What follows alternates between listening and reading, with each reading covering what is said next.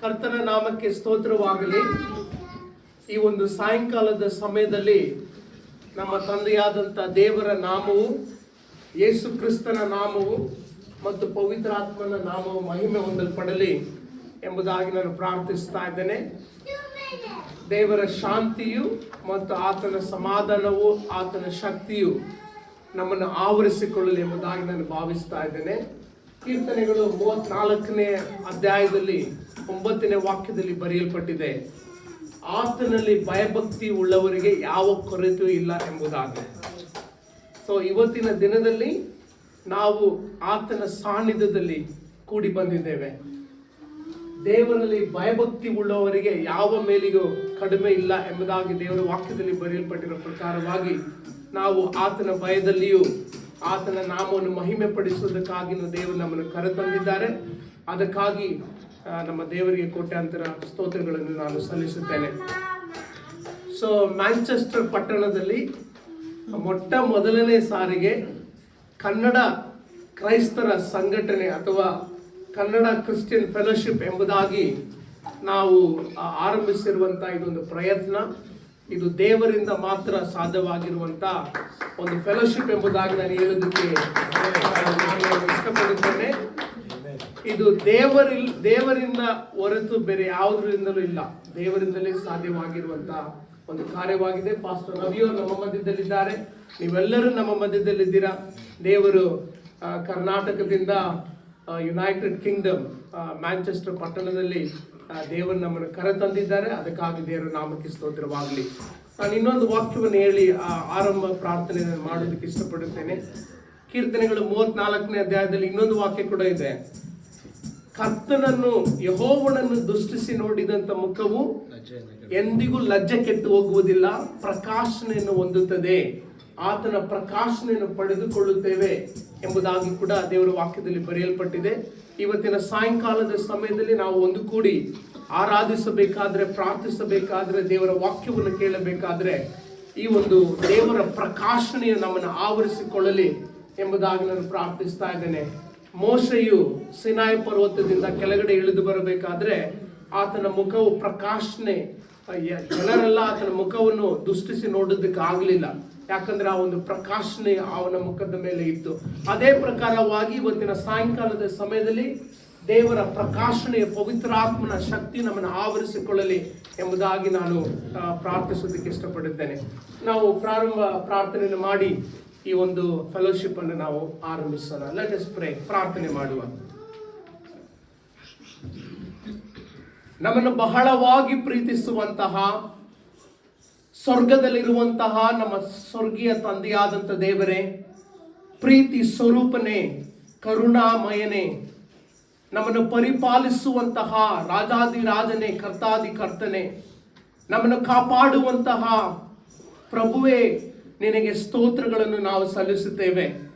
ಬರುಡಾದಂಥ ಭೂಮಿಯಲ್ಲಿ ಜೀವದ ಜಲವನ್ನು ಉಕ್ಕಿಸುವಂತಹ ದೇವರೇ, ಬಾಡಿ ಹೋಗಿರುವಂತಹ ಜೀವಿತದಲ್ಲಿ ನಿನ್ನ ಪ್ರಕಾಶನೆಯನ್ನು, ಜೀವನವನ್ನು, ದೇವರ ನಿತ್ಯ ಜೀವವನ್ನು ಕೊಡುವಂತಹ ದೇವಾದಿ ದೇವನು ನೀವಾಗಿದ್ದೀರ. ಅದಕ್ಕಾಗಿ ನಿಮಗೆ ಸ್ತೋತ್ರ ಸ್ವಾಮಿ. ನೀವೇ ನಮ್ಮ ಒಡೆಯನು, ನೀವೇ ನಮ್ಮ ರಕ್ಷಕನು, ನೀವೇ ನಾವು ನಂಬುವಂತ ಸ್ವಾಮಿ ಆಗಿದ್ದೀರಾ. ಅದಕ್ಕಾಗಿ ನಿಮಗೆ ಸ್ತೋತ್ರ ಸ್ವಾಮಿ. ನಮ್ಮ ಖಡ್ಗವು, ನಮ್ಮ ಗುರಾಣಿಯು, ನಮ್ಮ ಭುಜಬಲವು ನೀವಾಗಿದ್ದೀರಾ. ಅದಕ್ಕಾಗಿ ನಿಮಗೆ ಸ್ತೋತ್ರ ಸ್ವಾಮಿ. ಇವತ್ತಿನ ಸಾಯಂಕಾಲದ ಸಮಯದಲ್ಲಿ ನಿನ್ನ ಮಗನಾದಂಥ ಯೇಸು ಕ್ರಿಸ್ತನ ನಾಮದಲ್ಲಿ, ಯೇಸು ಕ್ರಿಸ್ತನನ್ನು ಹಿಂಬಾಲಿಸುವಂತ ಶಿಷ್ಯರುಗಳಾಗಿ ದೇವರೇ, ನಿಮ್ಮ ವಿಶ್ವಾಸಿಗಳಾಗಿ ನಾವು ಈ ಸಾಯಂಕಾಲದಲ್ಲಿ ಕೂಡಬೇಕಾದ್ರೆ, ಈ ಒಂದು ಸಾಯಂಕಾಲವು ದೇವರೇ ಒಂದು ಒಂದು ಒಂದು ಒಂದು ದೊಡ್ಡ ಕಾರ್ಯವನ್ನು ಮಾಡುವಂತ ಸಾಯಂಕಾಲವಾಗಿ ನಿನ್ನ ಮಾರ್ಪಡಿಸಬೇಕೆಂಬುದಾಗಿ ನಾನು ಪ್ರಾರ್ಥಿಸ್ತಾ ಇದ್ದೇನೆ ಕರ್ತನೆ. ಕಳೆದಂತ ದಿನಗಳಲ್ಲಿ, ಕಳೆದಂತ ವಾರಗಳಲ್ಲಿ, ಕಳೆದಂತ ವರ್ಷಗಳಲ್ಲಿ ಹೊಂದಿಕೊಳ್ಳದೇ ಇರುವಂತ ಆಶೀರ್ವಾದವನ್ನು, ಹೊಂದಿಕೊಳ್ಳದೇ ಇರುವಂತ ಅಭಿಷೇಕವನ್ನು, ಹೊಂದಿಕೊಳ್ಳದೇ ಇರುವಂತ ಎಲ್ಲಾ ಪ್ರಕಾರವಾದ ದೈವಿಕವಾದಂತ ಆಶೀರ್ವಾದಗಳನ್ನು ಹೊಂದಿಕೊಳ್ಳುವಂತ ಸಾಯಂಕಾಲವಾಗಿ ಮಾರ್ಪಡಲಿ ಎಂಬುದಾಗಿ ನಾನು ಪ್ರಾರ್ಥಿಸ್ತಾ ಇದ್ದೇನೆ. ಪವಿತ್ರಾತ್ಮನೇ, ನೀನು ನಮ್ಮ ಮಧ್ಯದಲ್ಲಿ ಕಾರ್ಯವನ್ನು ಮಾಡು ದೇವರೇ. ದೇವರೇ, ನಿಮ್ಮನ್ನು ದುಷ್ಟಿಸಿ ನೋಡುವರಾಗಿ ನಮ್ಮನ್ನು ಮಾರ್ಪಡಿಸು ದೇವರೇ. ಅಪ್ಪ, ಸ್ವರ್ಗದ ದೇವರೇ ವಿಷಯಗಳನ್ನು ಅರಿತುಕೊಳ್ಳುವಂತ ಜನಾಂಗವಾಗಿ ನಮ್ಮನ್ನು ಮಾರ್ಪಡಿಸು ದೇವರೇ.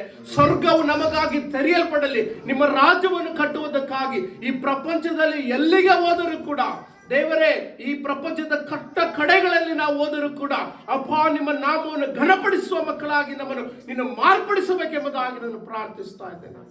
ನಮ್ಮನ್ನು ಬಲಪಡಿಸಿದ್ದೇವೆ. ನಮ್ಮ ಆರಾಧನೆಯು ಆತ್ಮದಲ್ಲಿಯೂ ದೇವರೇ ಸತ್ಯದಲ್ಲಿಯೂ ಮಾಡುವಂತ ಪ್ರಜೆಯಾಗಿ ನಮ್ಮನ್ನು ಮಾರ್ಪಡಿಸು ಎಂಬುದಾಗಿ ನಾನು ಪ್ರಾರ್ಥಿಸ್ತಾ ಇದ್ದೇನೆ. ಇವತ್ತಿನ ಸಾಯಂಕಾಲದ ಸಮಯದಲ್ಲಿ ನಮ್ಮ ಪ್ರಾರ್ಥನೆಗಳು, ನಮ್ಮ ಆರಾಧನೆಗಳು, ವಾಕ್ಯಗಳು ಎಲ್ಲದರಲ್ಲೂ ಅಪ್ಪ ನೀವು ತಾನೇ ಇದ್ದು ನಮ್ಮ ಮಧ್ಯದಲ್ಲಿ ಕಾರ್ಯವನ್ನು ಮಾಡಬೇಕೆಂಬುದಾಗಿ ಮತ್ತೊಂದು ಆರ್ತಿ ನಾನು ಪ್ರಾರ್ಥಿಸ್ತಾ ಇದ್ದೇನೆ. ನಮ್ಮನ್ನು ಬಲಪಡಿಸಿದ್ದೇವೆ. ನಾವು ನವೀನ್ ಬ್ರದರ್ಗಾಗಿ ಕೂಡ ಪ್ರಾರ್ಥಿಸ್ತಾ ಇದ್ದೇವೆ. ಅಪ್ಪ, ಈ ರೀತಿಯಾಗಿ ಕಾರ್ ಬ್ರೋಕ್ ಡೌನ್ ಆಗಿ ಅದನ್ನು ನಾವು ರಿಪೇರ್ ಮಾಡ್ತಾ ಇರಬೇಕಾದ್ರೆ ಅಪ್ಪ, ನಿಮ್ಮ ಮಗನೊಟ್ಟಿಗೆ ಆ ಒಂದು ಎಲ್ಲ ಕಾರ್ಯಗಳಲ್ಲಿ ಕೂಡ ನಿಮ್ಮ ಕೃಪೆ ಇರಲಿ ಕರ್ತನೆ. ಅದೇ ಪ್ರಕಾರವಾಗಿ ಬೇರೆ ಜನಗಳು ಇವತ್ತಿನ ಕೂಟಕ್ಕೆ ಬರದೇದಾಗಿ ತಡೆಪಟ್ಟಿದ್ದಾರೆ. ಅದಕ್ಕಾಗಿ ಕೂಡ ನಾವು ಪ್ರಾರ್ಥಿಸ್ತಾ ಇದ್ದೇವೆ. ತಕ್ಕ ಸಮಯದಲ್ಲಿ ಅನೇಕ ಜನರನ್ನು ಈ ಒಂದು ಫೆಲೋಶಿಪ್ ಅಲ್ಲಿ ಕರೆದುಕೊಂಡು ಬಂದು ದೇವರೇ, ನಿಮ್ಮ ರಾಜ್ಯವನ್ನು ಎತ್ತಿ ನಿಲ್ಲಿಸುವಂತ ಒಂದು ದೇವರೇ ಫೆಲೋಶಿಪ್ ಆಗಿ ನಿನ್ನ ಮಾರ್ಪಡಿಸುವುದಾಗಿ ನಾನು ಪ್ರಾರ್ಥಿಸ್ತಾ ಇದ್ದೇನೆ. ಬಲಪಡಿಸು, ನಮ್ಮನ್ನು ಆಶೀರ್ವದಿಸು, ಕೃಪೆಯಿಂದ ತುಂಬಿಸುವುದಾಗಿ ನಾನು ಪ್ರಾರ್ಥಿಸ್ತಾ ಇದ್ದೇನೆ. ಯೇಸು ಕ್ರಿಸ್ತನ ಅತಿ ಮಧುರ ನಾಮದಲ್ಲಿ ಈ ಪ್ರಾರ್ಥನೆಯನ್ನು ಬೇಡಿ ಹೊಂದಿಕೊಳ್ಳುತ್ತಾ ಇದ್ದೇವೆ ನಮ್ಮ ಸ್ವರ್ಗೀಯ ತಂದೆಯೇ, ಆಮೆನ್. ಈಗ ಆರಾಧನೆ ಮಾಡುವಂತ ಗ್ರೂಪ್ ಬಂದು ನಮಗಾಗಿ ಆರಾಧನೆಯಲ್ಲಿ ನೀವು ನಡೆಸಿಕೊಡಬೇಕೆಂಬುದಾಗಿ ಕೇಳಿಕೊಳ್ಳುತ್ತಾ ಇದ್ದೇನೆ.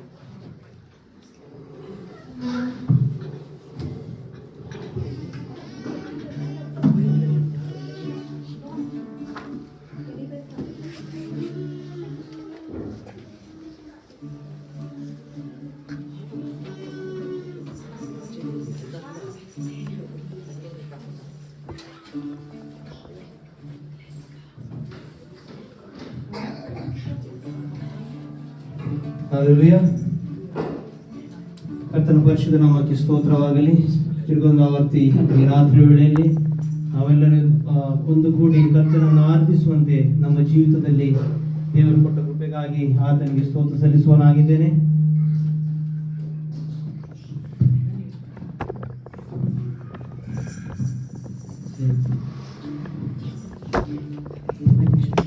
ನಾವೆಲ್ಲರೂ ನಾನು ಹೇಳೋಕ್ಕಿಂತ ಮುಂಚೆ ಎಲ್ಲರೂ ಎದ್ದು ನಿಂತಾಗಿ ಮಾಡಿ ಒಳ್ಳೆಯದು. ಓಕೆ, ಪ್ರಾರ್ಥನೆ ಮಾಡೋಣ. ಪರಿಶುದ್ಧನಾದ ತಂದೆಯಾದ ದೇವರೇ ಕರ್ತನೆ, ಈ ರಾತ್ರಿ ವೇಳೆಗಾಗಿ ಸ್ತೋತ್ರ ಸ್ವಾಮಿ. ಈ ರಾತ್ರಿ ವೇಳೆ ಕರ್ತನೆ, ಅಲ್ಪ ಸಮಯದಲ್ಲಿ ನಿನ್ನನ್ನು ಆರಾಧಿಸುವಾಗ ಕರ್ತನೆ, ನಿನ್ನ ನಮ್ಮ ಸಂಗಡ ಹಿಡಿದು ಬಾ ಕರ್ತನೆ. ನಿನ್ನ ಪವಿತ್ರಾತ್ಮ ನಮ್ಮ ಮುಂದೆ ಕಳಿಸಬೇಕಾಗಿ ಬೇಡವರಾಗಿದೆ ಕರ್ತನೆ. ಆರಾಧನೆ ಮಾಡುವಂಥ ನಮ್ಮ ಜೀವಿತದಲ್ಲಿ ಏನಾದರೂ ತಪ್ಪು ದೋಷಗಳಾಗಿದ್ದರೆ ಕರ್ತನೆ, ನೀನು ಕ್ಷಮಿಸಬೇಕಾಗಿ ಬೇಡವರಾಗಿದೆ ಕರ್ತನೆ. ನೀನು ಪರಿಶುದ್ಧನಾದ ಪ್ರಕಾರ ಕರ್ತನೆ, ನಾವು ಕೂಡ ನಿನ್ನಲ್ಲಿ ಪರಿಶುದ್ಧತೆಯನ್ನು ಕರ್ತನೆ ಆರಾಧಿಸುವಂತೆ ನೀನು ಸಹಾಯ ಮಾಡಿ ನಡೆಸಬೇಕಾಗಿ ಬೇಡವರಾಗಿದೆ ಕರ್ತನೆ. ಪ್ರಾರ್ಥನೆ ಕೇಳಿದ್ದಕ್ಕಾಗಿ ಸ್ತೋತ್ರ, ಯೇಸುವಿನ ನಾಮದಲ್ಲಿ ನನ್ನ ತಂದೆ. ಹಲ್ಲೆಲೂಯಾ. ಹಲ್ಲೆಲೂಯಾ. ಕೀರ್ತನೆ 84:10 ಹೇಳುತ್ತದೆ, ನಿನ್ನ ಆಲಯದ ಅಂಗಳದಲ್ಲಿ ಕಳೆದ ಒಂದು ದಿನವು ಬೇರೆ ಸಹಸ್ರ ದಿನಗಳಿಗಿಂತ ಉತ್ತಮವಾಗಿದೆ ಎಂಬುದಾಗಿ. ನಿಜವಾಗಿ ಅದೆಲ್ಲ ನಾವು ಅನುಭವದಿಂದ ಈವರೆಗೆ ನಾವು ಸವಿದು ನೋಡಿದಂತಾಗಿದೆ. ಇವತ್ತು ಈ ರಾತ್ರಿ ವೇಳೆಯಲ್ಲಿ ಯಾರು ಸಂತೋಷವಾಗಿ ಇದಕ್ಕೆ ಬಂದಿದ್ದೀರಾ? ಹಾಗಾದ್ರೆ ನಾವು ಒಂದು ಗಟ್ಟಿಯಾಗಿ ಒಂದು ಹಲ್ಲೆಲೂಯಾ ಹೇಳೋಣ. ಆಮೆನ್. Hallelujah, hallelujah. ನಾನೊಂದು ಕೀರ್ತನೆ ಭಾಗವನ್ನು ಓದಲಿಕ್ಕೆ ಇಷ್ಟಪಡ್ತೇನೆ. ಕೀರ್ತನೆ 145, 1, 2, 3. ನನ್ನ ದೇವರ ಒಡೆಯನೇ, ನಿನ್ನನ್ನು ಘನಪಡಿಸುವೆನು, ನಿನ್ನ ನಾಮವನ್ನು ಯುಗ ಯುಗಾಂತರಗಳಲ್ಲಿ ಕೊಂಡಾಡುವೆನು. ದಿನಂಪ್ರತಿ ನಿನ್ನನ್ನು ಕೀರ್ತಿಸುವೆನು, ನಿನ್ನ ನಾಮವನ್ನು ಯುಗ ಯುಗಾಂತರಗಳಲ್ಲಿ ಸ್ತುತಿಸುವೆನು. ಯೆಹೋವನು ಮಹೋನ್ನತನು, ಮಹಾಸ್ತುತಿಗೂ ಪಾತ್ರನು ಆಗಿದ್ದಾನೆ, ಆತನ ಮಹತ್ತು ಅಪಾರವಾದದ್ದು. ಹಲ್ಲೆಲೂಯಾ. ಹಲ್ಲೆಲೂಯಾ.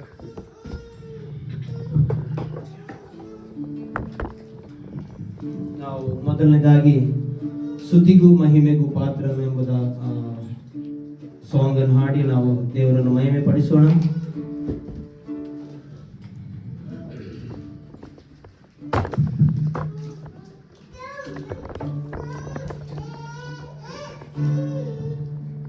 ಸ್ತುತಿಗೂ ಮಹಿಮೆಗೂ ಪಾತ್ರ ನೀನೇ, ನಿನ್ನ ಸ್ತುತಿಸಿ ಹಾಡುವೆವು. ಕೃಪೆಯು ಹರಡುತ್ತಿದೆ, ನಿನ್ನ ಮಹಿಮೆ ಇಳಿಯುತ್ತಿದೆ. ಸ್ತುತಿಗೂ ಮಹಿಮೆಗೂ ಪಾತ್ರ ನೀನೆ, ನಿನ್ನ ಸ್ತುತಿಸಿ ಹಾಡುವೆವು. ಕೃಪೆಯು ಹರಡುತ್ತಿದೆ, ನಿನ್ನ ಮಹಿಮೆ ಇಳಿಯುತ್ತಿದೆ. ಆರಾಧನೆ ಆರಾಧನೆ ಆರಾಧನೆ ಆರಾಧನೆ. ಸ್ತುತಿಗೂ ಮಹಿಮೆಗೂ ಪಾತ್ರ ನೀನೆ, ನಿನ್ನ ಸ್ತುತಿಸಿ ಹಾಡುವೆವು. ಕೃಪೆಯು ಹರಡುತ್ತಿದೆ, ನಿನ್ನ ಮಹಿಮೆ ಇಳಿಯುತ್ತಿದೆ. ಇಬ್ಬರು ಮೂವರು ಸೇರಿ ಬಂದು ನಿನ್ನ ನೆನೆದಾಗ, ಇಬ್ಬರು ಮೂವರು ಸೇರಿ ಬಂದು ನಿನ್ನ ನೆನೆದಾಗ, ನಾ ಬರುವೆ ಎಂದವನೇ, ನಮ್ಮ ಸ್ತುತಿಯಲ್ಲಿ ಬಾಳುವವನೇ. ನಾ ಬರುವೆ ಎಂದವನೇ, ನಮ್ಮ ಸ್ತುತಿಯಲ್ಲಿ ಬಾಳುವವನೇ. ಆರಾಧನೆ ಆರಾಧನೆ ಆರಾಧನೆ ಆರಾಧನೆ.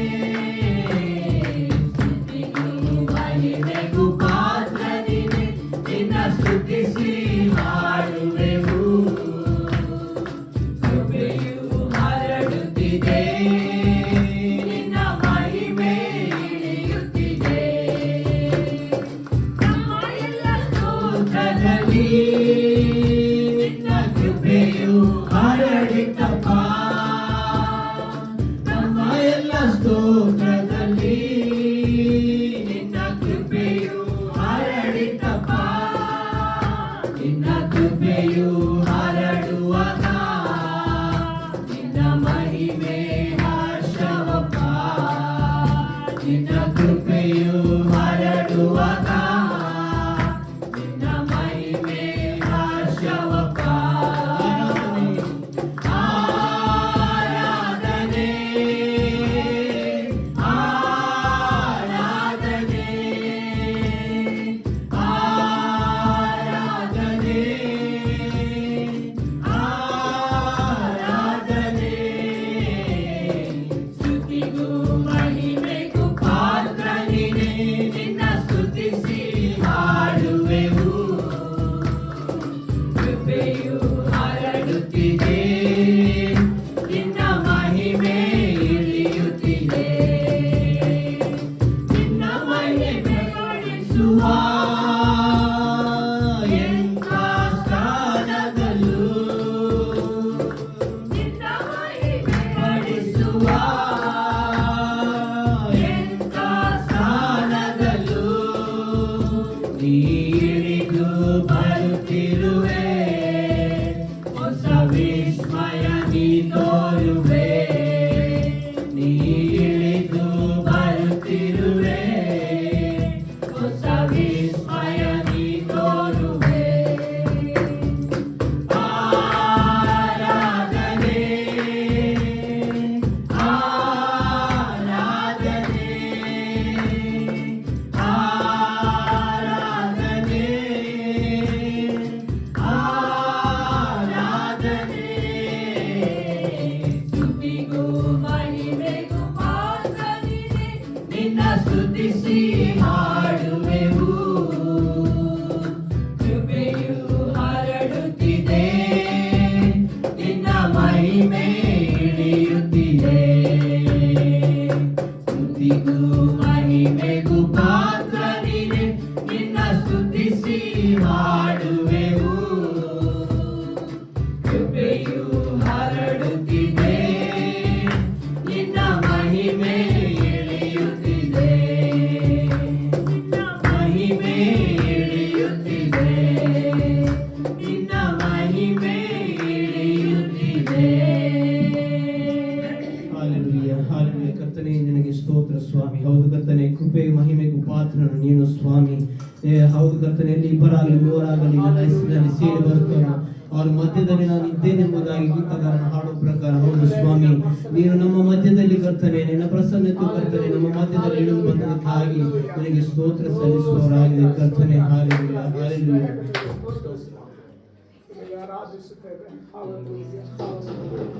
ನಾವು ಎರಡನೇ ಸಾಂಗ್ ಅನ್ನು ಶೂನ್ಯವಾಗಿದ್ದ ನನ್ನ 100ಕ್ಕೆ 100ರಷ್ಟು ಮಾಡಿ ಯೋಗ್ಯನೆಂದು ನನ್ನ ಕರೆದದ್ದು ನಿನ್ನ ಕೃಪೆ.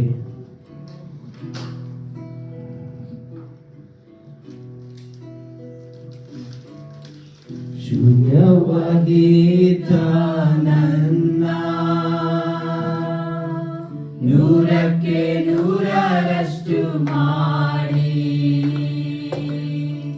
ಯೋಗ್ಯನೆಂದು ನನ್ನ ಕರೆದದ್ದು ನಿನ್ನ ಕೃಪೆಯಲ್ಲವೇ.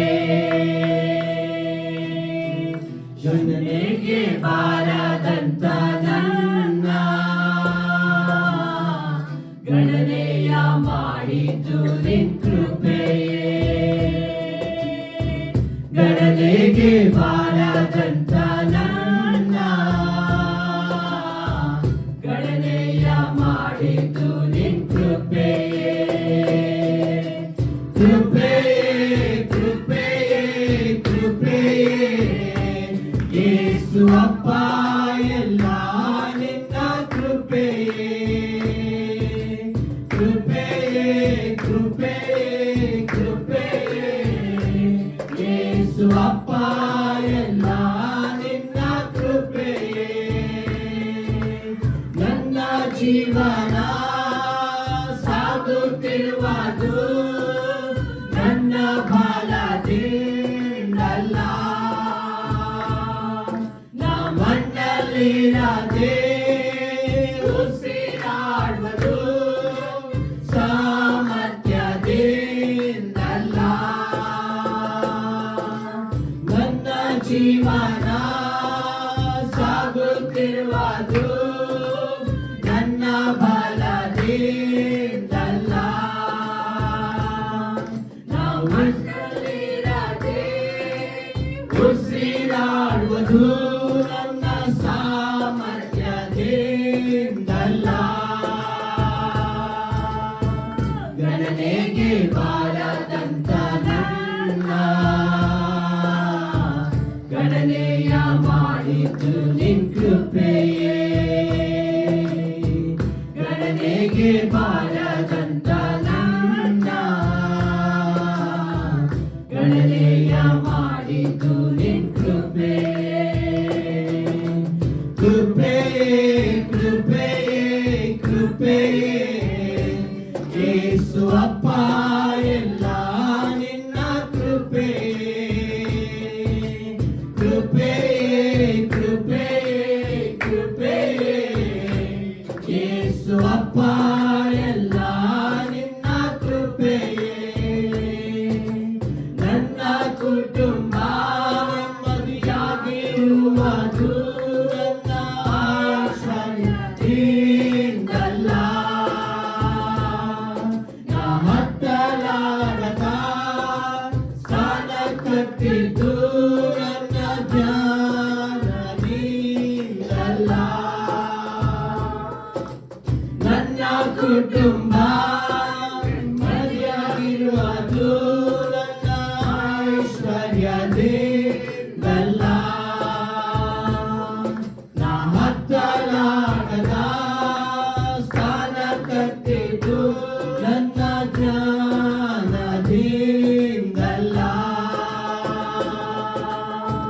ಗಣನೆಗೆ ಬಾರದಂತ ನನ್ನ ಗಣನೆಯ ಮಾಡಿದ್ದು ನಿನ್ನ ಕೃಪೆಯೇ. ಗಣನೆಗೆ ಬಾರದಂತ ನನ್ನ ಗಣನೆಯ ಮಾಡಿದ್ದು ನಿನ್ನ ಕೃಪೆಯೇ. ಕೃಪೆಯೇ ಕೃಪೆಯೇ ಕೃಪೆಯೇ ಯೇಸು ಅಪ್ಪ, ಎಲ್ಲ ನಿನ್ನ ಕೃಪೆಯೇ. ಕೃಪೆಯೇ ಕೃಪೆಯೇ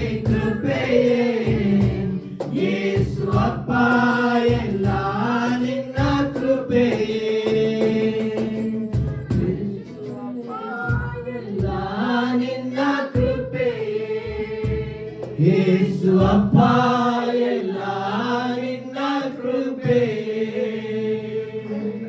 ಹೌದು ಸ್ವಾಮಿ, ಕೃಪೆ ಸ್ವಾಮಿ. ಹೌದು ಕರ್ತನೆ, ನಾವು ಇವತ್ತು ಜೀವದಿಂದ ಇರುವುದಾದ್ರೆ ನಿನ್ನ ಕೃಪೆ ಸ್ವಾಮಿ. ಹಾಲೆಲೂಯಾ. ನಾವು ಮಣ್ಣಲ್ಲಿ ಇರದೆ ಕರ್ತನೆ ಉಸಿರಾಡುವುದು ಅದು ನಿನ್ನ ಕೃಪೆ ಮಾತ್ರ ಸ್ವಾಮಿ. ಹೌದು, ನಮ್ಮ ಕುಟುಂಬವು ಸ್ವಾಮಿ ನಮ್ಮಲ್ಲಿ ಆಗಿರುವುದು ಕರ್ತನೆ ಅದು ನಮ್ಮ ಐಶ್ವರ್ಯದಿಂದ ಅಲ್ಲ ಕರ್ತನೆ, ನಮ್ಮ ಎಜುಕೇಶನ್ ಇಂದ ಅಲ್ಲ ಸ್ವಾಮಿ. ಹಾಲೆ ನಮ್ಮ ತಲಾಂತಿಂದ ಅಲ್ಲ ಕರ್ತನೆ. ಹೌದು ಕರ್ತನೆ, ಅದು ಎಲ್ಲ ನಿಮ್ಮ ಕೃಪೆಯು ಸ್ವಾಮಿ. ಹೌದು ಸ್ವಾಮಿ, ನಾವು ಹತ್ತಲಾರದ ಕರ್ತನೆ ಸ್ಥಾನ ಕರ್ಸಿದ್ದು ಸ್ವಾಮಿ ಈ ದೇಶದಲ್ಲಿ ಬಂದು ಕರ್ತನೆ ನಿನ್ನನ್ನು ಆರಾಧಿಸುವುದು ಕರ್ತನೆ ಅದು ನಿನ್ನ ಕೃಪೆಯು ಸ್ವಾಮಿ. ಹೌದು ಸ್ವಾಮಿ, ಈ ರಾತ್ರಿ ವೇಳೆಯಲ್ಲಿ ನಾವೆಲ್ಲರೂ ಅದನ್ನು ನಾವು ನಮ್ಮ ಜೀವಿತದಲ್ಲಿ ಕರ್ತನು ಮಾಡಿದಂತ ಒಂದೊಂದು ಮಾತು ಕಾರ್ಯಗಳನ್ನು ನಾವು ನೆನಪು ಮಾಡಿದವರಾಗಿ ರಾತ್ರಿ ವೇಳೆಯಲ್ಲಿ ಆತನ ನಾವು ಸ್ತುತಿಸೋಣ. ನನ್ನ ಮನವೇ ಹೋ ನನ್ನ ಕೊಂಡಾಡು, ನನ್ನ ಸರ್ವೇಂದ್ರ ಆತನ ಪವಿತ್ರ ನಾಮವನ್ನು ಕೀರ್ತಿಸಿರಿ. ನನ್ನ ಮನವೇ ಹೋ ನನ್ನ ಕೊಂಡಾಡು, ಆತನ ಉಪಕಾರಗಳಲ್ಲಿ ಒಂದನ್ನು ಮರೆಯಬೇಡಬಹುದಾಗಿ ನಿನ್ನ ವಾಕ್ಯದಲ್ಲಿ ಧ್ಯಾನಿಸುವ ಪ್ರಕಾರ. ಹೌದು ಸ್ವಾಮಿ, ನೀನು ನಮ್ಮ ಜೀವಿತದಲ್ಲಿ ಕರ್ತನೆ ಮಾಡಿದಂತ ಒಂದೊಂದು ಉಪಕಾರಗಳನ್ನು ಕರ್ತನೆ ಈ ರಾತ್ರಿ ವೇಳೆಯಲ್ಲಿ ನಾವು ನೆನಪು ಮಾಡಿಕೊಂಡವರಾಗಿ ಕರ್ತನೆ ನಿನಗೆ ಸ್ತೋತ್ರ ಕೃತಜ್ಞತೆ ನಾವು ಸಲ್ಲಿಸುವವರಾಗಿದ್ದೇವೆ ಸ್ವಾಮಿ. ಹೌದು ಸ್ವಾಮಿ, ನಾವು ಎಷ್ಟು ಸ್ತೋತ್ರ ಸಲ್ಲಿಸಿದರು ಕರ್ತನೆ ಅದು ಸಾಲದು ಸ್ವಾಮಿ. ಈ ರಾತ್ರಿ ವೇಳೆಯಲ್ಲಿ ಕರ್ತನೆ ನಮ್ಮ ಮಧ್ಯದಲ್ಲಿ ಇಳಿದು ಬಂದದಕ್ಕಾಗಿ ನಿನಗೆ ಸ್ತೋತ್ರ ಸಲ್ಲಿಸುವವರಾಗಿದ್ದೇವೆ ಸ್ವಾಮಿ. Hallelujah, hallelujah. ಮೂರನೇ ಸಾಂಗ್, ಕಾಯುತ್ತಿರುವೆ ಕಾಯುತ್ತಿರುವೆ. ಕರ್ತನಿಗೆ ಕಾಯುವವರು ಅವಮಾನ ಹೊಂದರು, ನಿಜವಾಗಿ ಅಂತ್ಯ ಉಂಟು, ನಿನ್ನ ನಂಬಿಕೆ ವ್ಯರ್ಥವಾಗದು. ರೋಮಪುರ 10:11 ನಾವು ಓದ್ತೇವೆ, ಆತನ ಮೇಲೆ ನಂಬಿಕೆ ಇಡುವ ಯಾವನಾದರೂ ಆಶಾಭಂಗ ಪಡುವುದಿಲ್ಲವೆಂಬುದಾಗಿ. ನಮ್ಮೆಲ್ಲ ಜೀವಿತದಲ್ಲಿ ನಾವು ನೋಡುವುದಾದರೆ, ನಮ್ಮ ಜೀವಿತ ನಾವು ಹಿಂತಿರುಗಿ ನೋಡುವುದಾದರೆ ಈವರೆಗೂ ದೇವರು ನಮ್ಮ ಜೀವಿತದಲ್ಲಿ ಒಳ್ಳೆಯವನು ಆಗಿದ್ದುಕೊಂಡು ಆತನು ನಮ್ಮನ್ನು ನಡೆಸಿದ್ದಾನೆ. ಒಂದೊಂದು ಹಂತಗಳಲ್ಲಿ ಕೂಡ ನಾವು ಯೋಬನ ಜೀವಿತವನ್ನು ನೋಡುವುದಾದರೆ ಆತನು ತನ್ನ ಜೀವಿತದಲ್ಲಿ ಎಲ್ಲವನ್ನು ಕಳೆದುಕೊಂಡರು, ಹೊಲ ಗದ್ದೆ ಎಲ್ಲವನ್ನು ಕಳೆದುಕೊಂಡರು. ಕೊನೆಯದಾಗಿ ತನ್ನ ಹೆಂಡತಿಯು ನಿನ್ನ ದೇವರನ್ನು ದೂಷಿಸಿ ಸಾಯ ಎಂಬುದಾಗಿ ಯೋಬನಿಗೆ ಹೇಳಿದರು. ಆತನು ತನ್ನ ಫೇತನ್ನು ಬಿಡದೆ ಕರ್ತನಿಗೆ ಅಂಟಿಕೊಂಡು ಆತನು ಕಡೆಯವರೆಗೂ ಆತನು ಜೀವಿಸಿದನು. ಆದ್ದರಿಂದ ದೇವರು ಅವನಿಗೆ ಎರಡು ಪಟ್ಟರಷ್ಟು ಆತನು ಕಳೆದದನ್ನೆಲ್ಲವನ್ನು ದೇವರು ಆತನಿಗೆ ಕೊಟ್ಟನು. ಇದರಲ್ಲಿ ನಮಗೆ ಗೊತ್ತಾಗ್ತದೆ, ದೇವರು ನಾವು ನಂಬಿಕೆ ಇಡುವುದಾದರೆ ನಾವು ಆತನಲ್ಲಿ ಆಶಾಭಂಗ ಪಡುವುದೇ ಇಲ್ಲ ಎಂಬುದಾಗಿ. ಹಾಗೆ ನಾವು ಅದನ್ನು ಎಣಿಸಿಕೊಂಡವರಾಗಿ ಈ ಸಾಂಗ್ ಅನ್ನು ನಾವು ಹಾಡುವ, ಕರ್ತನಿಗೆ ಕಾಯುವವರು ಅವಮಾನ ಹೊಂದರು ಎಂಬುದಾಗಿ. ಕರ್ತನಿಗೆ ಕಾಯುವವರು ಅವಮಾನ ಹೊಂದರು, ನಿಜವಾಗಿ ಅಂತ್ಯ ಉಂಟು, ನಂಬಿಕೆ ವ್ಯರ್ಥವಾಗದು. ಕರ್ತನಿಗೆ ಕಾಯುವವರು ಅವಮಾನ ಹೊಂದರು, ನಿಜವಾಗಿ ಅಂತ್ಯ ಉಂಟು, ನಂಬಿಕೆ ವ್ಯರ್ಥವಾಗದು. ಕಾಯುತ್ತಿರುವೆ ಕಾಯುತ್ತಿರುವೆ ಅದ್ಭುತವ ಹೊಂದಲು ಕಾಯುತ್ತಿರುವೆ ಕಾಯುತ್ತಿರುವೆ ಕಾಯುತ್ತಿರುವೆ ಅದ್ಭುತವ ಹೊಂದಲು ಕಾಯುತ್ತಿರುವೆ. ಕಾಲದಲ್ಲಿ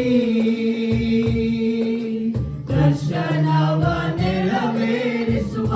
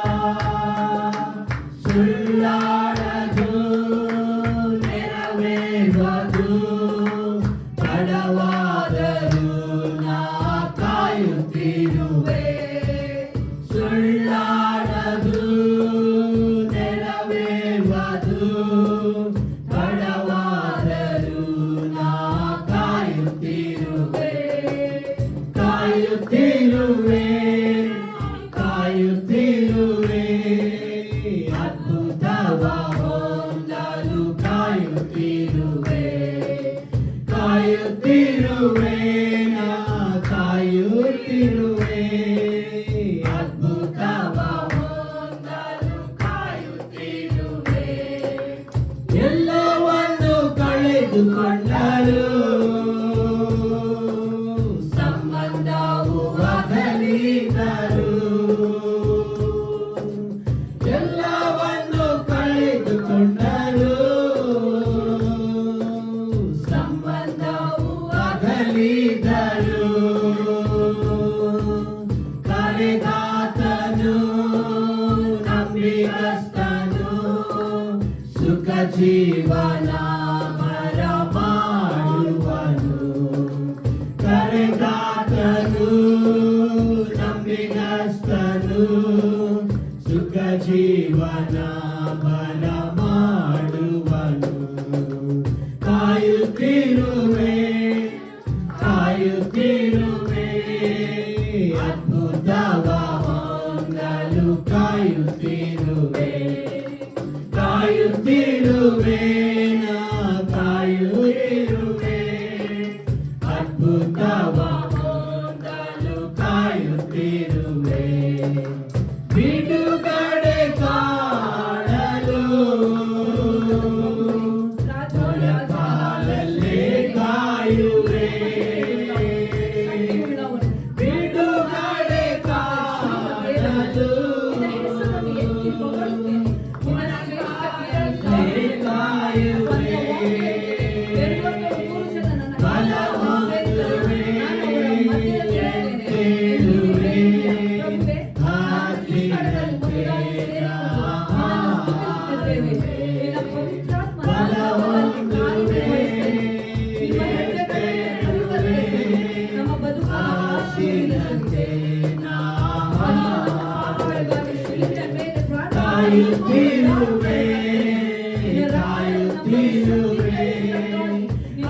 ಅದ್ಭುತವ ಹೊಂದಲು ಕಾಯುತ್ತಿರುವೆ.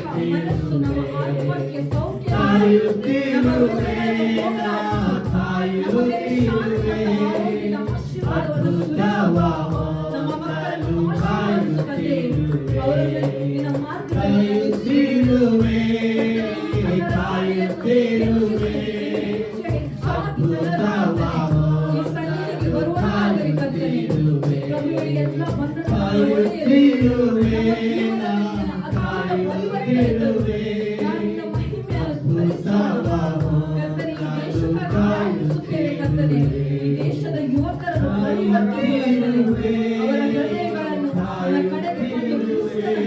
ನಡೆಯುವಂತೆ ಮಾಡು, ಸ್ವಚ್ಛ ಮಾಡಿ ಪುನರುಜ್ಜೀವನ ನಿನ್ನ ಕೃಪೆಯು ಸುರಿಸುತ್ತದೆ. ಯೇಸು ಕ್ರಿಸ್ತ ನಮ್ಮ ಪವಿತ್ರ ನಾಮದಲ್ಲಿ ಪ್ರಾರ್ಥಿಸುತ್ತೇನೆ.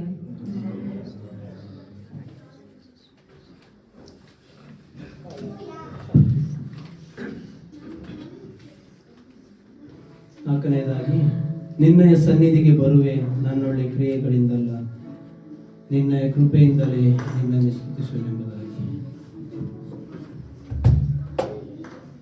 ನಿನ್ನಯ ಸನ್ನಿಧಿಗೆ ಬರುವೆ ನನ್ನೊಳ್ಳೆ ಕ್ರಿಯೆಗಳಿಂದಲ್ಲ, ನಿನ್ನಯ ಕೃಪೆಯಿಂದಲೇ ನಿನ್ನನ್ನೇ ಸ್ತುತಿಸುವೆನು. ನಿನ್ನಯ ಸನ್ನಿಧಿಗೆ ನಿನ್ನಯ ಸನ್ನಿಧಿಗೆ ಬರುವೆ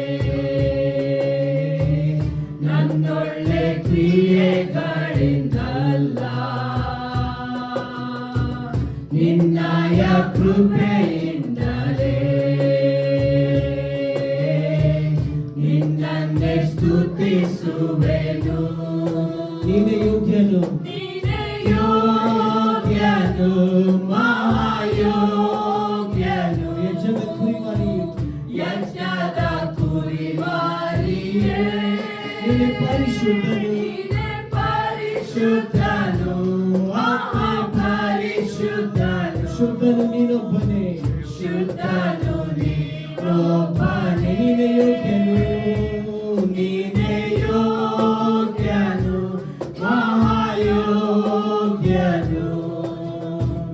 ಯಜ್ಞದ ಕುರಿಮರಿಯೇ, ನೀನೇ ಪರಿಶುದ್ಧನು ಪರಿಶುದ್ಧನು ಪರಿಶುದ್ಧನು. ಶುದ್ಧನು ನೀನೊಬ್ಬನೇ. ನಿನ್ನಯ ಸನ್ನಿಧಿಗೆ ಬರುವೆ. ನನ್ನೊಳಗೆ ಕ್ರಿಯೆಗಳಿಂದಲ್ಲ ಸ್ವಾಮಿ, ನಮ್ಮ ಶಕ್ತಿಯಿಂದ ಅಲ್ಲ ಕರ್ತನೆ.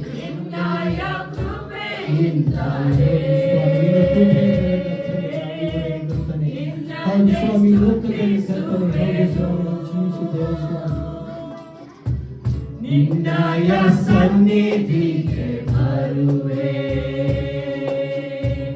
ನನ್ನೊಳ್ಳೆ ಕ್ರಿಯೆಗಳಿಂದಲ್ಲ, ನಿನ್ನಯ ಕೃಪೆಯಿಂದಲೇ ನಿನ್ನನ್ನೇ ಸ್ತುತಿಸುವೆನು. ನೀನೇ ಯೋಗ್ಯನು, ನೀನೇ ಯೋಗ್ಯನು, ಮಹಾಯೋಗ್ಯನು. ಯಜ್ಞದ ಕುರಿಮರಿಯೇ, ನೀನೇ ಪರಿಶುದ್ಧನು, ಮಹಾಪರಿಶುದ್ಧನು. ಶುದ್ಧನು ನೀನೊಬ್ಬನೇ.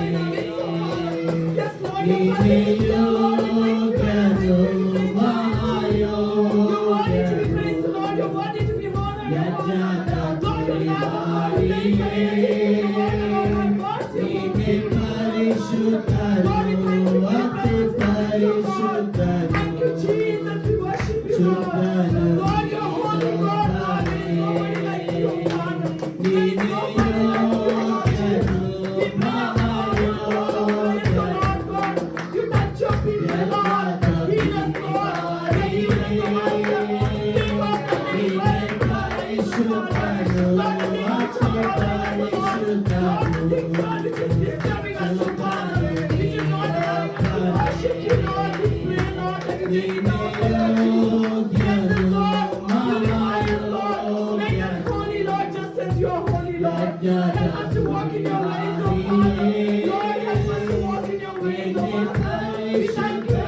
ನೀನೇ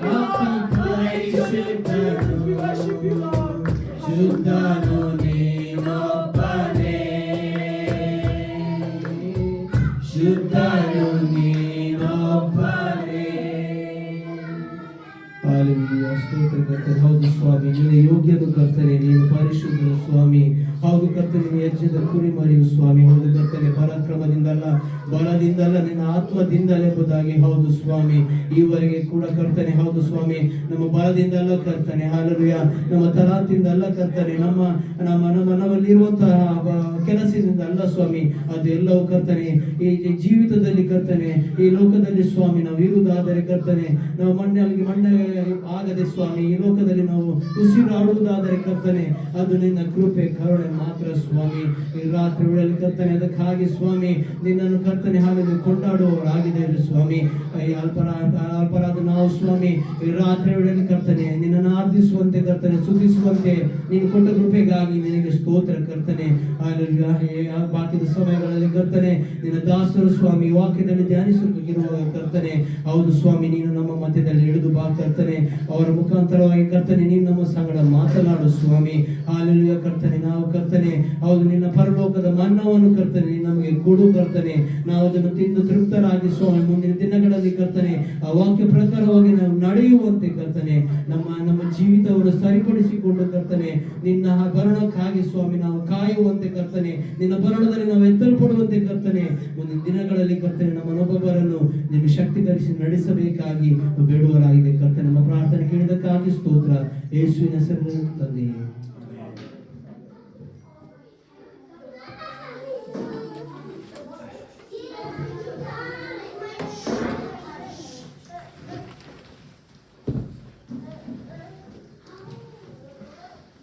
ದೇವರ ನಾಮಕ್ಕೆ ಸ್ತೋತ್ರವಾಗಲಿ. ಈ ಒಂದು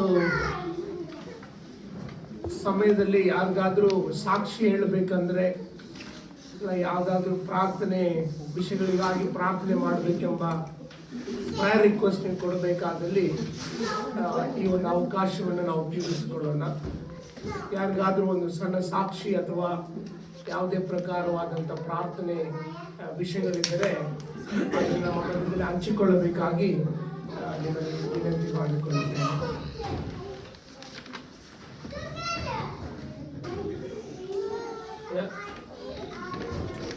ನೋ ಪ್ರಾಬ್ಲಮ್. ಈ ಒಂದು ಕನ್ನಡ ಫೆಲೋಶಿಪ್ ಅನ್ನು ನಾವು ಪಾಸ್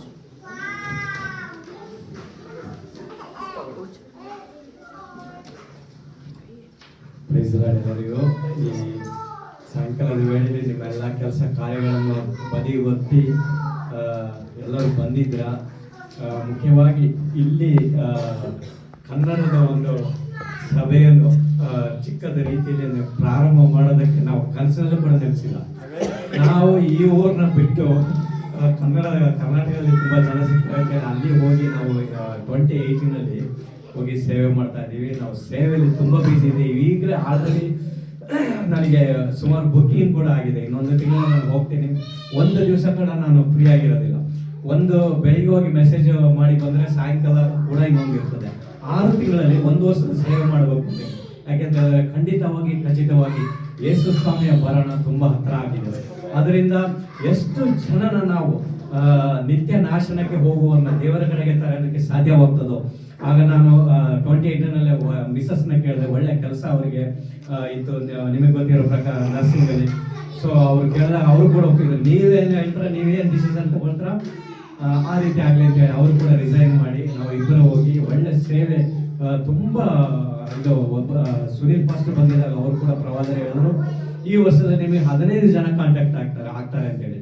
ಯಾರೋ ಒಬ್ರು ನನಗೆ ನಮ್ಮ ಮನೆ ಮೇಲೆ ಹೋಗಿ ನಿಂತು ಪ್ರಾರ್ಥನೆ ಮಾಡ್ತಾ ಇದ್ದಾಗ ಪಕ್ಕದ ಮನೇಲಿ ಒಂದು ಪಾಟ್ಗಳನ್ನ ಮಚ್ಚಿಟ್ಟೆ ಹಾಕಿದ್ರು ಮೇಲ್ಗಡೆ, ಇದು ಗಿಡಗಳನ್ನ ಹಾಕುವಂತಪ್ಪ. ಆಗ ನಾನು ನೆನೆಸಿದ್ರೆ ಇದು ಬೇಡ ಅಂತ ಕಾಣ್ತದೆ ಅವರಿಗೆ, ನನಗೆ ಆಗುತ್ತಲ್ಲ ಅವರಿಗೆ ಕೇಳೋಣ ಅಂತ ಹೇಳಿದ್ರೆ ಆ ಮನೆ ಎಲ್ಲ ಬಾಗಿಲು ಅದು ಇದೆಲ್ಲ ತುಟ್ಟಿದೆ. ಜನ ಅಲ್ಲಿ ಇರೋ ತರ ಕಾಣ್ತಾರೆ. ಬೈಕ್ ನಿಂತಿದೆ, ಅದು ಕೂಡ ಧೂಳು ಹಿಡಿದು. ಆದ್ರೂ ಧೈರ್ಯ ಮಾಡಿ ಒಳಗೆ ಹೋದೆ, ಬಾಗಿಲು ತಟ್ಟಿದೆ. ಆಗ ಒಂದು ಕಿಟಕಿಯಿಂದ ಯಾರೋ ಬನ್ನಿ ಈ ಕಡೆ ಅಂತ ಹೇಳಿದ್ರು. ಅವರು ಕಿಟಕಿಯಿಂದ ಮಾತ್ರ ಎಲ್ಲ ಮಾತುಗಳಾಡೋದು, ನಡೆಯೋಕ್ಕಾಗಲ್ಲ. ಅವರೊಬ್ಬರು ಎಲೆಕ್ಟ್ರಿಕಲ್ ಇಂಜಿನಿಯರ್, ಕಾಲಿಗೆ ಇದಾಗಿ ಅವ್ರ ವೈಫ್ ಎಲ್ಲ ತೀರಿ ಹೋಗಿದ್ದಾರೆ. ಮಗ ಬೆಂಗಳೂರಲ್ಲಿದ್ದಾರೆ, ಮೈಸೂರಲ್ಲಿ ಇದ್ದಾರೆ ನಡೆದಿರುವಂಥದ್ದು. ಆಗ ಅವರು ಬನ್ನಿ ಅಂತ ಹೇಳಿದ್ರು. ಆಮೇಲೆ ನಾನು ಕೀ ತಗೊಂಡಾಗ ಅವರಿಗೆ ಮಾತಾಡಿ ಸುವಾರ್ತೆ ಹೇಳಿ ಆ ಪಾಠಗಳು ಸಹ ನನಗೆ ಫ್ರೀಯಾಗಿ ಕೊಟ್ಟರು. ಅವರ ಮೂಲಕ ಇನ್ನೊಬ್ಬರು ಪಾಸ್ಟರ್ ನನಗೆ ಪರಿಚಯ ಆಗಿ ಅವರು ಇನ್ನೂ ರಕ್ಷಣೆ ಹೊಂದಿಲ್ಲ ಇರ್ತವರೆಗೆ ಅವ್ರಿಗೆ ಸುವಾರ್ತೆ ಹೇಳ್ತಾ ಇದ್ದೀವಿ. ಆಗ ಪ್ರಕಾಶ್ ಅಂತೇಳಿ ಒಬ್ಬರು ನಂಬರ್ ಕೊಟ್ಟರು. ಅವ್ರ ಮೂಲಕ ನನಗೆ ಎವ್ರಿ ಮಂಡೇ ಮಾರ್ನಿಂಗ್ ನಾವು 6 ಗಂಟೆಗೆ ಒಂದು ಮೀಟಿಂಗ್ ಹೋಗ್ತೀವಿ. ಅಲ್ಲಿ ಸುಮಾರು 15 ಜನ ಪಾಸ್ಟರ್ಗಳು ಬಂದಿದ್ದಾರೆ, ಅವ್ರದೆಲ್ಲ ಪರಿಚಯ ಆಯಿತು. ಆಗ ಈ ಪಾಸ್ಟರ್ ಹೇಳಿದ್ದು, ಸುನೀಲ್ ಪಾಸ್ಟರ್ ಹೇಳಿದ ಒಂದು ಪ್ರವಾದನೆ ನೆರವೇರಿತು. ಆ ರೀತಿಯಾಗಿ ಅನೇಕ ಕಾಂಟ್ಯಾಕ್ಟ್ಗಳು ನಾವು ಸ್ವತಃವಾಗಿ ದೇವರಿಗೆ ನಾವು ಮೀಸಲಾಗಿ ಇದು ನಮ್ಮನ್ನು ಕೊಟ್ಟಾಗ ದೇವರು ನಮಗೆ ಮುಚ್ಚಿರುವಂಥ ಅನೇಕ ಬಾಗಿಲುಗಳನ್ನು ತೆರೀತಾರೆ. ಅದೇ ರೀತಿ ನೀವು ಈ ಭೂಮಿಯಲ್ಲಿ ಎಲ್ಲಿ ಹೋಗಿ ಇದ್ದರೂ ಕೂಡ ನಾವು ದೇವರನ್ನು ಮರೆಯದೆ ಪ್ರತಿ ದಿವಸ ಪ್ರಾರ್ಥನೆ, ವಾಕ್ಯಗಳನ್ನ ಧ್ಯಾನ ಮಾಡೋದು. ವಾಕ್ಯದಲ್ಲಿ ಜೀವ ಇದೆ ಅಂತ ಹೇಳುತ್ತೆ. ಯೋಹಾನ 1ನೇ ಅಧ್ಯಾಯದಲ್ಲಿ ವಾಕ್ಯದಲ್ಲಿ ಜೀವ ಇದೆ. ಆ ವಾಕ್ಯವನ್ನು ಬಾಯ್ಪಾಠ ಅಥವಾ ನಾವು ಧ್ಯಾನಿಸ್ತಾ ಇರುವಂಥ ಸಮಯದಲ್ಲಿ ನಮಗೆ ಆ ಒಂದು ಅನೈಟಿಂಗ್ ಯಾವಾಗಲೂ ಸಿಗುತ್ತೆ. ನಾನು ನನ್ನ ಜೀವಿತದಲ್ಲಿ ಒಂದು ಅನುಭವ, ಅದು ವಾಕ್ಯ ಇಲ್ಲದೆ ಒಂದು ವಾರ ಅಕಸ್ಮಾತ್ ಏನಾದರೂ ಒಂದು ಬಿಸಿಯಾಗಿ ಓದಿಲ್ಲ ಅಂತ ಹೇಳಿದ್ರೆ ಅವತ್ತು ಆ ವಾರ ಎಲ್ಲ ನಮಗೆ ಏನಿಲ್ಲ, ನಂಗೆ ಏನೋ ಒಂದು ಕಳ್ಕೊಂಡ ರೀತಿಯಲ್ಲಿ. ಅದರಿಂದ ವಾಕ್ಯ, ಪ್ರಾರ್ಥನೆ, ಉಪವಾಸಗಳು ಇದರಲ್ಲೇ ನಾವು ನಡೀತಾ ಒಂದು ದಿವಸ ನಾವು ಅನೋಕನ ಹಾಗೆ ನಾವು ಹೊರಟೋಗ್ತೀವಿ ಎಲ್ಲರೂ ಅಲ್ವಾ. ಹಾಗೆ ಇಲ್ಲಿ ಈ ಒಂದು ಸಭೆ ಕೂಡ ಇನ್ನು ಮುಂದಿನ ದಿವಸದಲ್ಲಿ ಎಲೆಮರೆ ಕಾಯ ಇದರಲ್ಲಿ ತರ ಅನೇಕ ಜನರು ಇದ್ದಾರೆ. ನಮ್ಮ ಮ್ಯಾಂಚೆಸ್ಟರ್ಲಿ ಕನ್ನಡದವರು ಎಲ್ಲರೂ ಬಂದು ಸೇರ್ತಾರೆ. ಮತ್ತೆ ಬೇರೆ ಜನಾಂಗದವರು ಪರವಾಗಿಲ್ಲ, ಎಲ್ಲರೂ ಬಂದು ಸೇರಿ ಎಲ್ಲರೂ ನಿತ್ಯ ಜೀವನ ಹೊಂದಬೇಕು. ಅದಕ್ಕೂ ಬ್ರದರ್ ಎರಿಕ್ ಅವರೇ, ಆ ಒಂದು ಮಾತುಗಳನ್ನು ನೀವು ಹೇಳಿದ್ರಿ, ಅದ್ರಲ್ಲಿ ಆಳವಾದಂತ ಮಾತುಗಳು ಉಂಟು. ಅದರ ಬಗ್ಗೆ ನಾವು ಯೋಚಿಸೋದು ಮಾತ್ರ ಅಲ್ಲ, ಪವಿತ್ರಾತ್ಮನಿಂದ ಅದು ಬಂದಿರುವಂತಹ ವಾಕ್ಯಗಳಾಗಿದೆ, ಆ ಒಂದು ನುಡಿಗಳಾಗಿದೆ. ಅದಕ್ಕಾಗಿ ನನ್ನ ದೇವರ ನಾಮಕ್ಕೆ ಸ್ತೋತ್ರವನ್ನು ಸಲ್ಲಿಸುತ್ತೇನೆ. ಬೇರೆ ಯಾರಿಗಾದ್ರೂ ಸಾಕ್ಷಿ ಹೇಳಬೇಕಂದ್ರೂ ಕೂಡ ದಯಮಾಡಿ ಮುಂದೆ ಬಂದು ಸಾಕ್ಷಿ ಹೇಳಬೇಕೆಂಬುದಾಗಿ ಕೇಳಿಕೊಳ್ಳುತ್ತಾ ಇದ್ದೇನೆ. ಯಾರಿಗಾದ್ರೂ ಕರ್ತನ ಪುರುಷನಿಗೆ ಸ್ತೋತ್ರವಾಗಲಿ. ತೊಂದರೆ ಇಲ್ಲ, ಎದುರು ಬಿಡಿ, ನಾನು 2 ನಿಮಿಷ ಏನಿಲ್ಲ. ಜಸ್ಟ್ ಲೈಕ್ ಏನಂದ್ರೆ ನಾವು ಇದಕ್ಕೆ ನಿಮಗೆ ಗೊತ್ತಿದ್ದಾಗೆ ನಾವು ಇಲ್ಲಿ ಕೂಡಿ ಬರ್ಲಿಕ್ಕೆ ಇರಲಿಲ್ಲ. ಅಂದರೆ ನಮಗೆ ಬೇರೆ ನಾವು ಟ್ರಾವೆಲ್ ಮಾಡಲಿಕ್ಕಿದ್ವಿ ಬೋಸ್ಟನಿಗೆ. ಸೊ ನಾನು ಹೇಳಲಿಕ್ಕೆ ಹೋಗೋದೇನೆಂದರೆ ಅದು ಕರ್ತನ ಚಿತ್ತವಿತ್ತು. ನಾವಂದರೆ ನಾವು ಪಾಸ್ಟರ್ ಕೂಡ ಹೇಳಿದೆವು, ನೀವು ಕ್ಯಾರಿ ಆನ್, ನಾವು ಹೋಗ್ತೇವೆ, ನಾವು ಇನ್ನೊಂದು ತಿಂಗಳು ನಾವು ನಿಮ್ಮ ಒಟ್ಟಿಗೆ ನಾವು ಜಾಯಿನ್ ಆಗ್ತೇವೆ ಎಂಬುದಾಗಿ. ಆದರೆ ನಾವು ಇಬ್ಬರು ಕೂಡ ನಾವು ಮಾತಾಡ್ತಿದ್ದೇವೆ ಕಡೆಯವರೆಗೂ ನಾವು ಹೋಗುವ ಅಂತ. ಆದರೆ ದೇವರ ಚಿತ್ತ ಅದು ಇರಲಿಲ್ಲ. ಅದು ಇಲ್ಲಿ ಬಂದು ನಾವು ನಿಜವಾಗಿ ನಾವು ಹೋಗದೆ ಇರುವುದೇ ಒಳ್ಳೆಯದಂತ ನನಗೆ ಮತ್ತೆ ಗೊತ್ತಾಯಿತು, ನಾವು ದೇವರನ್ನು ಆರಾಧನೆ ಮಾಡುವಾಗ. ಯಾಕಂದರೆ ನಾವು ಆರಾಧನೆ ಮಾಡುವಾಗ ದೇವರ ಪ್ರಸನ್ನತೆ ಇಳಿದು ಬಂದು ನಮ್ಮ ಮಧ್ಯೆ ಇದ್ದುದನ್ನು ನಾನು ನೋಡಿದೆ. ಅದಕ್ಕಾಗಿ ದೇವರಿಗೆ ಸ್ತೋತ್ರ ಸಲ್ಲಿಸುವನಾಗಿದೆ. ಮಾತ್ರವಲ್ಲದೆ ಇನ್ನೊಂದು ಎಲ್ಲರಿಗೆ ಪ್ರೇಯರ್ ರಿಕ್ವೆಸ್ಟ್ ಎಂಬುದಾಗಿ ಇದು ಕಂಟಿನ್ಯೂ ಆಗಿ ವಾರ ನಾವು ಕೂಡ ಇದು ಬಂದು ತಿಂಗಳಲ್ಲಿ ವಾರದಲ್ಲಿ ಕನ್ನಡ ಸರ್ವಿಸನ್ನು ಸ್ಟಾರ್ಟ್ ಮಾಡುವಂತೆ ದೇವರು ನಮಗೆ ಕೃಪೆ ಕೊಡಲಿ ಎಂಬುದಾಗಿ ನೀವೆಲ್ಲರೂ ನಿಮ್ಮ ದಿನನಿತ್ಯದ ಪ್ರಾರ್ಥನೆಯಲ್ಲಿ ನೆನಪು ಮಾಡಿಕೊಳ್ಳಬೇಕಾಗಿ ಕೇಳಿಕೊಳ್ತೇವೆ. Thank you. ಪ್ರತಿ ವಾರ ಕನ್ನಡ ಚರ್ಚ್ ನಾವು ಅದನ್ನ ಮಾಡಬೇಕು ಖಂಡಿತವಾಗ್ಲೂ. ಅದಕ್ಕಾಗಿ ನಾವು ಪ್ರಯಾಸ ಪಡೋಣ. ದೇವರು ಅದಕ್ಕೆ ಮಾರ್ಗಗಳನ್ನು ತೆರೀಲಿ ಎಂಬುದಾಗಿ ನಾನು ಕೂಡ ಪ್ರಾರ್ಥಿಸ್ತೇನೆ. ನಮ್ಮ ವ್ಯಕ್ತಿಗತವಾದಂಥ ಪ್ರಾರ್ಥನೆ ಅಲ್ಲಿ ಕೂಡ, ಕುಟುಂಬ ಪ್ರಾರ್ಥನೆಯಲ್ಲಿ ಕೂಡ, ಸಭೆಗಳಲ್ಲಿ ಪ್ರಾರ್ಥನೆಯಲ್ಲಿ ಕೂಡ ಈ ಸೇವೆಗಾಗಿ ನಾವು ನಿರಂತರವಾಗಿ ಪ್ರಾರ್ಥಿಸೋಣ. ಈ ಒಂದು ಸಭೆಯನ್ನು ನಾವು ಕಟ್ಟಬೇಕು. ಈ ಮ್ಯಾಂಚೆಸ್ಟರ್ಲಿ ನಾನು ಅನೇಕ ಕನ್ನಡ ಜನರನ್ನ ಮೀಟ್ ಮಾಡಿದ್ದೇನೆ. ಪಿಕ್ಕಡಿಲಿ ಗಾರ್ಡನಲ್ಲಿ, ಆಸ್ಡಾ ಸ್ಟೋರಲ್ಲಿ ಕನ್ನಡದಲ್ಲಿ ಮಾತನಾಡಿಕೊಂಡು ಹೋಗುವಂಥ ಜನಗಳು ಕೂಡ ಇದ್ದಾರೆ. ನಿನ್ನೆ ನಾವು ನೋಡಿದ್ವಿ ಕನ್ನಡ ಫ್ಯಾಮಿಲಿ ದೇವರನ್ನ ಅರಿತಿಲ್ಲದೆ ಇರೋರು, ಆದರೂ ಕೂಡ ಅವ್ರು ಬರ್ಬೇಕಂತ ಇಷ್ಟಪಡ್ತಾರೆ, ಯಾಕಂದ್ರೆ ಇದು ಕನ್ನಡ. ಅದು ಮಾತ್ರ ಅಲ್ಲ, ಮೈಸೂರು ಒಬ್ರು ವಿಜಯ್ ಕುಮಾರ್ ಅಂತ ಇಮ್ಮಿಡಿಯೇಟ್ ಆಗಿ ನನಗೆ ಫೋನ್ ಮಾಡಿ ನೀವು ಕನ್ನಡ ಫೆಲೋಶಿಪ್ ಸ್ಟಾರ್ಟ್ ಮಾಡಿದ್ದೀರಾ, ನಾವು ಬರ್ಬೇಕೆಂಬುದಾಗಿ ನನಗೆ ಫೋನ್ ಮೇಲೆ ಫೋನು. ನಾವು ಲೈಕ್ 4 ಸರಿ ಫೋನ್ ಬಂದಿದೆ, SMS ಅಲ್ಲಿ ಮೆಸೇಜ್, ಫೇಸ್ಬುಕ್ ಅಲ್ಲಿ ಮೆಸೇಜ್. ನಾನು ಸ್ವಲ್ಪ ಬ್ಯುಸಿ ಆಗಿದ್ದೆ, ಆಮೇಲೆ ಕಾಲ್ ಮಾಡಿದ್ರೆ ನೀವು ತುಂಬಾ ಒಂದು ಸಂತೋಷಕರವಾದಂಥ ವಿಷಯ ನೀವು ಮಾಡ್ತಾ ಇದ್ದೀರಾ ಅಂತ. ನಿನ್ನೆ ನನ್ನ ಮಗನ ಬರ್ತಡೇ ನಾನು ಡೆಕೋರೇಷನ್ ಮಾಡ್ತಾ ಇದ್ದೀನಿ. ಡಾಕ್ಟರ್ ಗ್ರೇಸ್ ಅಂತ, ಅವರು ಮೈಸೂರವರು ಅವರು ಸೇವೆ ಮಾಡುವಂತ ಒಂದು ಸಹೋದರಿ. ಅವರು ಫೋನ್ ಮಾಡಿಬಿಟ್ಟು ಅವರು ಕೂಡ 3 ಸರಿ ಫೋನ್. ನಾನು ಯಾರಪ್ಪ ಇದು ಅನ್ನೋನ್ ನಂಬರ್ ಮತ್ತೆ ಬರ್ತಾ ಇದೆ ಅಂತ ನಾನು ಫೋನ್ ತೆಗೆದೆ. ಅವರಂದು ಇದು ಕನ್ನಡ ಫೆಲೋಶಿಪ್ ಅಂತ ನಾವು ನೋಡಿದ್ರು ಪೋಸ್ಟರು. ನಾನು ನಾರ್ತಾಂಪ್ಟನ್ ಇದ್ದೇನೆ, ಆದರೂ ಕೂಡ ನಾನು ಟ್ರಾವೆಲ್ ಮಾಡಿ ಬರ್ತೇನೆ, ಅಲ್ಲಿ ಪ್ಲಾನ್ ಮಾಡಿ ನಾನು ಬಂದು ಇದರಲ್ಲಿ ಪಾಲ್ಗೊಳ್ತೇನೆ ಎಂಬುದಾಗಿ ಅವ್ರು ಹೇಳಿದ್ರು. ನೋಡಿ, ನಾವು ಇದು ದೇವರಿಂದ ಒಂದು ಆರಂಭಿಸಿದಂಥ ಬ್ರದರ್ ಎರಿಕ್ ಅವ್ರು ಹೇಳಿದ ಪ್ರಕಾರವಾಗಿ ಇದು ಬೆಳೆಯುತ್ತೆ. ಅನೇಕ ಜನರನ್ನು ದೇವರು ಕರ್ಕೊಂಡು ಬರ್ತಾರೆ. ಈ ಸೇವೆಗಾಗಿ ನಾವು ನಿರಂತರವಾಗಿ ಪ್ರಾರ್ಥಿಸೋಣ. ಬೇರೆ ಯಾರಿಗಾದ್ರೂ ಸಾಕ್ಷಿ ಇದ್ರು ಕೂಡ ನಿಮ್ಮ ಮುಂದೆ ಬಂದು ಹೇಳ್ಬೋದು.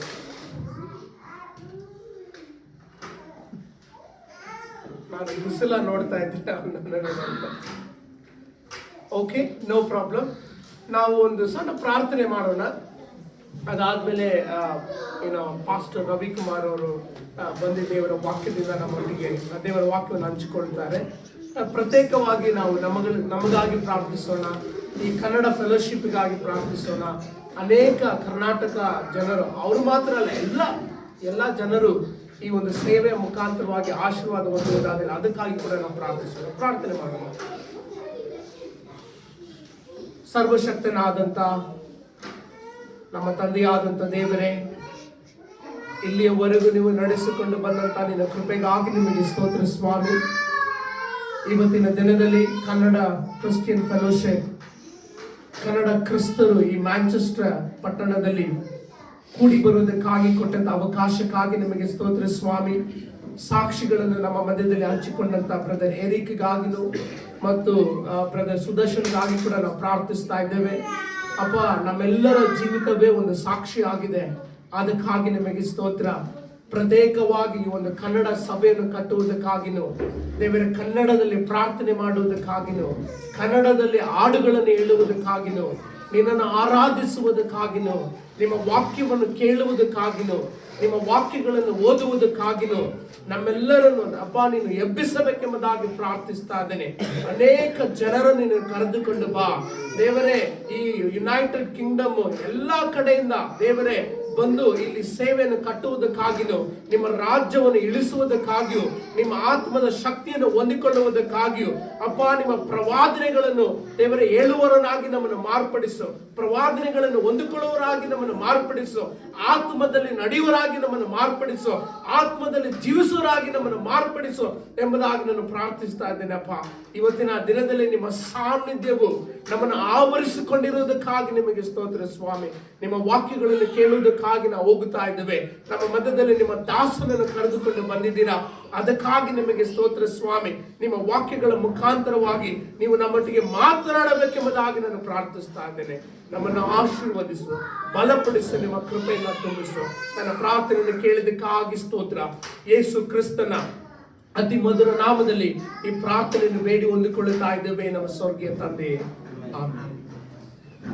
ನಮ್ಮ ಮಧ್ಯದಲ್ಲಿ ಪಾಸ್ಟರ್ ರವಿಕುಮಾರ್ ಇರುವುದು ತುಂಬಾ ಸಂತೋಷಕರವಾದಂಥ ವಿಷಯವಾಗಿದೆ. ದೇವರು ಅನೇಕ ಪ್ರಕಾರವಾಗಿ ಅವರನ್ನು ಸೇವೆಯಲ್ಲಿ ಉಪಯೋಗಿಸಿಕೊಂಡು ಬಂದಿದ್ದಾರೆ. ಇವರು ನಮ್ಮ ಮಧ್ಯದಲ್ಲಿ ಇರುವುದು ತುಂಬಾನೇ ಒಂದು ಆಶೀರ್ವಾದಕರವಾದಂಥ ವಿಷಯವಾಗಿದೆ. ನಮ್ಮ ಕರಗಳನ್ನು ತಟ್ಟಿ ದಾಸರನ್ನು ನಾವು ಬರಮಾಡಿಕೊಳ್ಳೋಣ.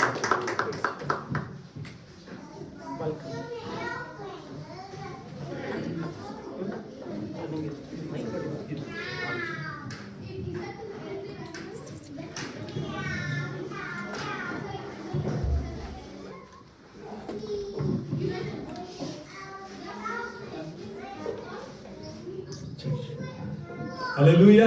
ಹಲ್ಲೆಲೂಯಾ. ದೇವರ ಪರಿಶುದ್ಧ ನಾಮದಲ್ಲಿ ನಿಮ್ಮೆಲ್ಲರನ್ನು ಈ ಕನ್ನಡ ಫೆಲೋಶಿಪ್ಗೆ ಪ್ರೀತಿಯಿಂದ ಸ್ವಾಗತಿಸ್ತೇನೆ. ನಾನು ನೆನೆಸ್ತೇನೆ, ಇದು ದೇವರ ಚಿತ್ತದಿಂದಲೇ ಆಗಿದ್ದು. ಹಲ್ಲೆಲೂಯಾ. ಆಮೇಲೆ ಸಂತೋಷವಾಗಿದ್ದೀವಲ್ಲ? ಹಲ್ಲೆಲೂಯಾ. ನನಗಂತೂ ತುಂಬಾ ಸಂತೋಷ.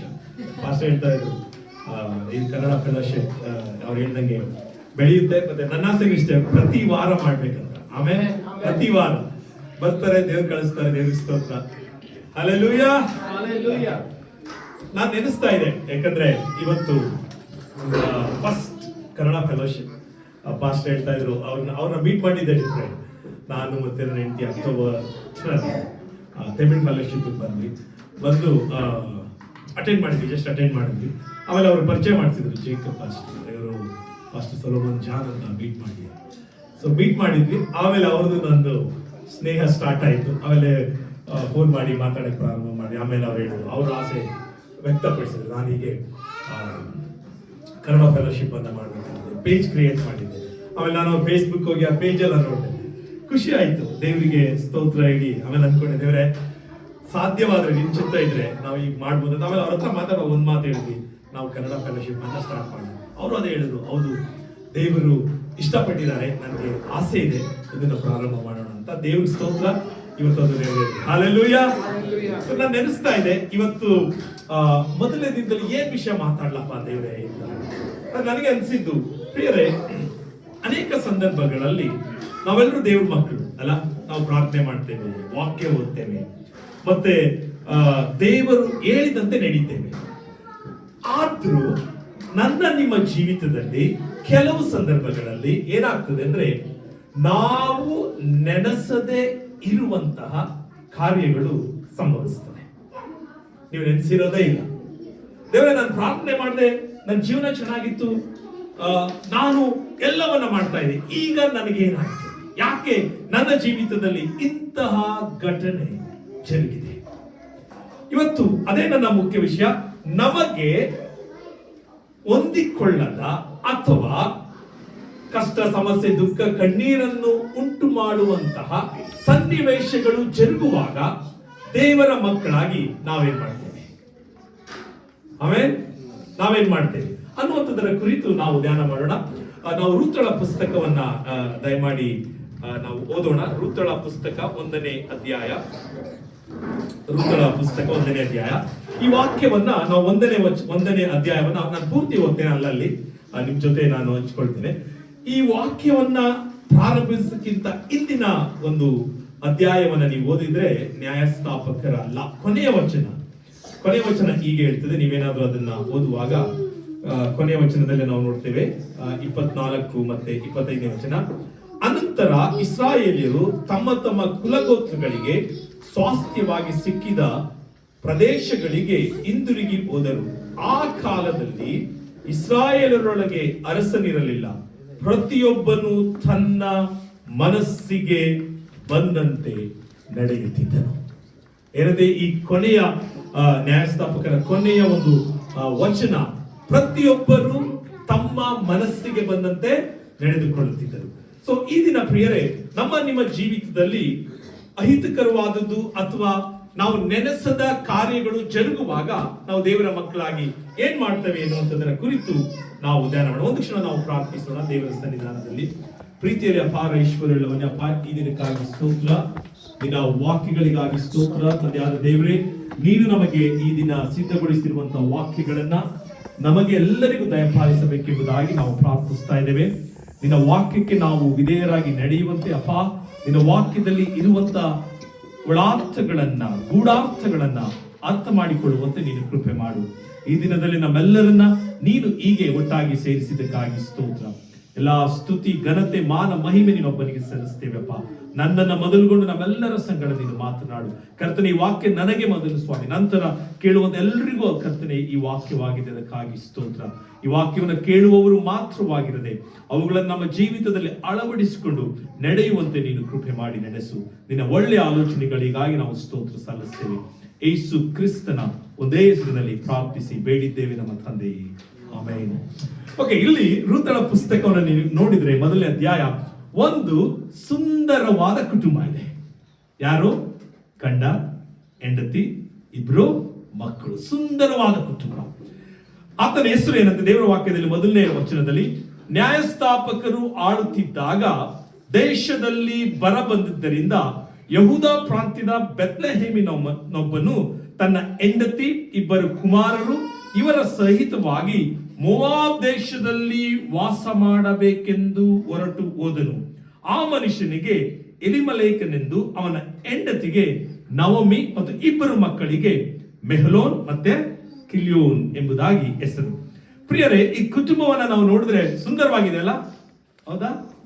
ಗಂಡ, ಓಕೆ ಗುಡ್ ಅಲ್ಲ, ಆಧಾರ, ಹೆಂಡತಿ, ರೈಟ್, ಚೆನ್ನಾಗಿದೆ, ಇಬ್ರು ಗಂಡು ಮಕ್ಕಳು ಅಲ್ಲ? ನಮ್ ಕಡೆ ಹೇಳ್ತೀವಿ ಆರ್ತಿಗೊಬ್ಬ ಮಗ, ಕೀರ್ತಿಗೊಬ್ಬ ಮಗಳು. ಇಲ್ಲಿ ಆರ್ತಿಗೊಬ್ಬ ಮಗ, ಕೀರ್ತಿಗೊಬ್ಬ ಮಗ. ಸುಂದರವಾಗಿದೆ ಕುಟುಂಬ. ಆದ್ರೆ ನೀವೇನಾದ್ರೂ ಈ ಹೆಸರಿನ ಅರ್ಥಗಳು ನೋಡ್ರಿ, ಎಲಿಮಲೇಕ ಅಂದ್ರೆ ದೇವರ ದೃಷ್ಟಿಯಲ್ಲಿ ದೊಡ್ಡವನು.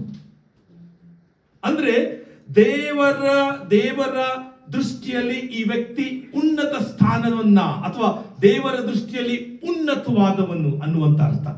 ನವಮಿ ಅಂದ್ರೆ ಬಹಳ ಚೆನ್ನಾಗಿದೆ. ನೀವು ಅದೇ ವಾಕ್ಯದಲ್ಲಿ ನೀವು ಕೆಳಗೆ ನೋಡ್ಬೋದು, ನೀವೇನಾದ್ರೂ ಸೈಡ್ ನೋಟ್ ಅಲ್ಲೇ ನೋಡ್ಬೋದು, ರಮಣೀಯಳು, ಸುಂದರಳು ಅಲ್ಲ? ರಮಣೀಯಳು, ಸುಂದರಳು. ಇನ್ನೊಂದು ಪದದಲ್ಲಿ ಸಿಹಿಯುಳ್ಳವಳು ಅಥವಾ ಆನಂದಕರವಾದ.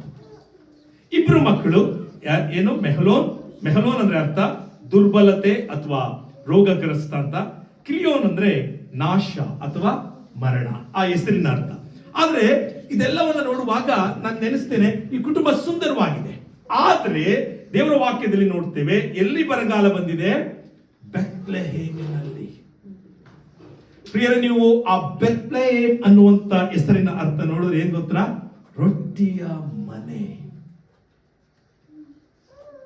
ಈಗ ಒಂದು ಯೋಚನೆ ಮಾಡಿ, ಸುಂದರವಾದ ಕುಟುಂಬ ರೊಟ್ಟಿಯ ಮನೆಯಲ್ಲಿ ವಾಸ ಮಾಡ್ತಾ ಇದೆ. ಈ ರೊಟ್ಟಿಯ ಮನೆಯಲ್ಲೇ ಬರಗಾಲ.